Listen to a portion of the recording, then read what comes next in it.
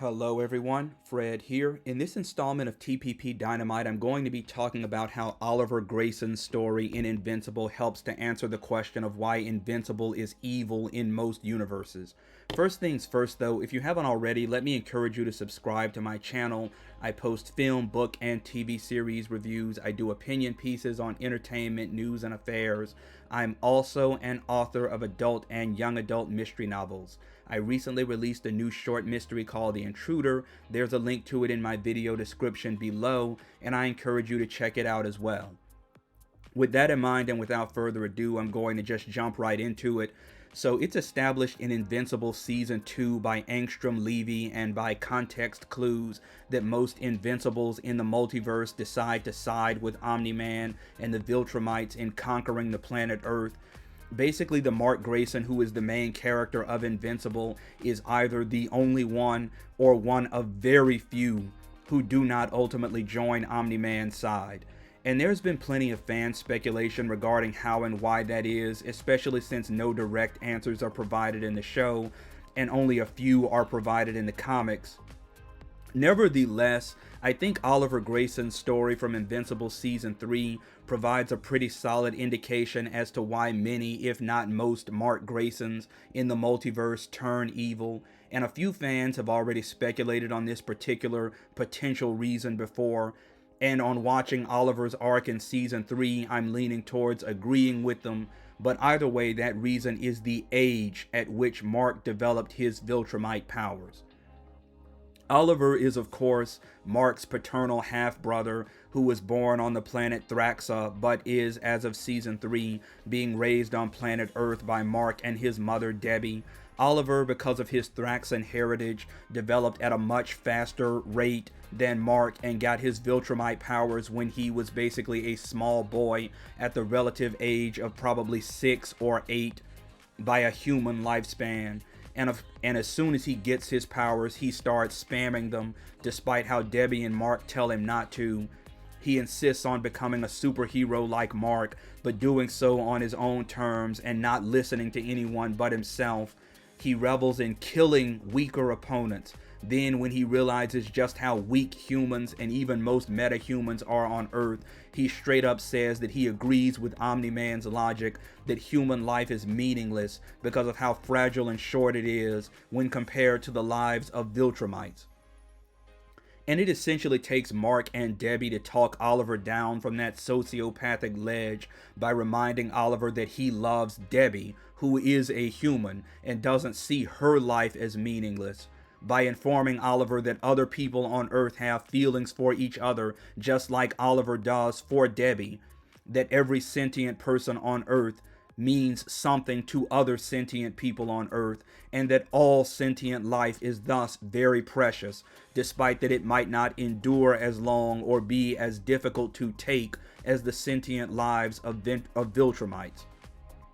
And with that in mind, just imagine what Mark might have been like if he'd gotten his powers within the same relative age range that Oliver did.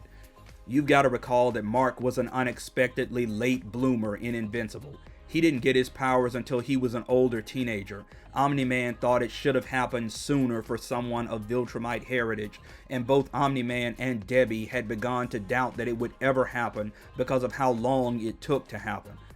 Basically, Mark learned the value of human life because he spent his entire formative childhood living it, being friends with other fragile humans like William, feeling the terror of being bullied by other people who abused their strength to hurt him, feeling the physical pain and setbacks of normal humans. So when Omni-Man calls Mark's mother a pet at the end of Season 1, or diminishes the human experience as worthless in the grand scheme of the universe, there is no way that Mark is going to play along because he knows differently and because he has lived differently. But imagine if Mark had gotten his powers during boyhood, at maybe age 6 or 8, at the same relative age that Oliver did. Most human kids that age are already narcissistic enough, already prone enough to show off anyway. That's basically Oliver's whole problem in Invincible Season 3. He's got all the power of a Viltrumite, but zero discipline or experience in using it.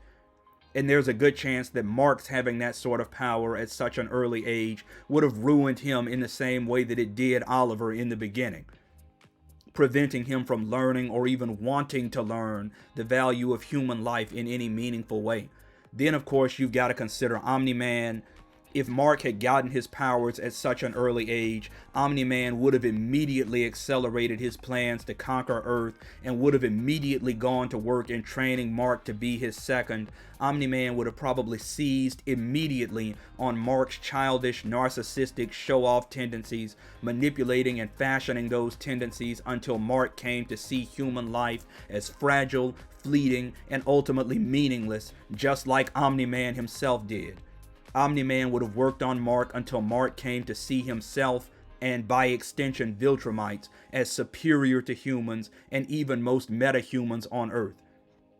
Just imagine, for instance, if Omni-Man had had the same long conversation that he had with Mark at age 17 in Season 1, Episode 8, with Mark at age 6 or 8, and if he had had that conversation over maybe 10 years of training instead of just 10 minutes in the heat of a battle in which he was murdering thousands of people all the while.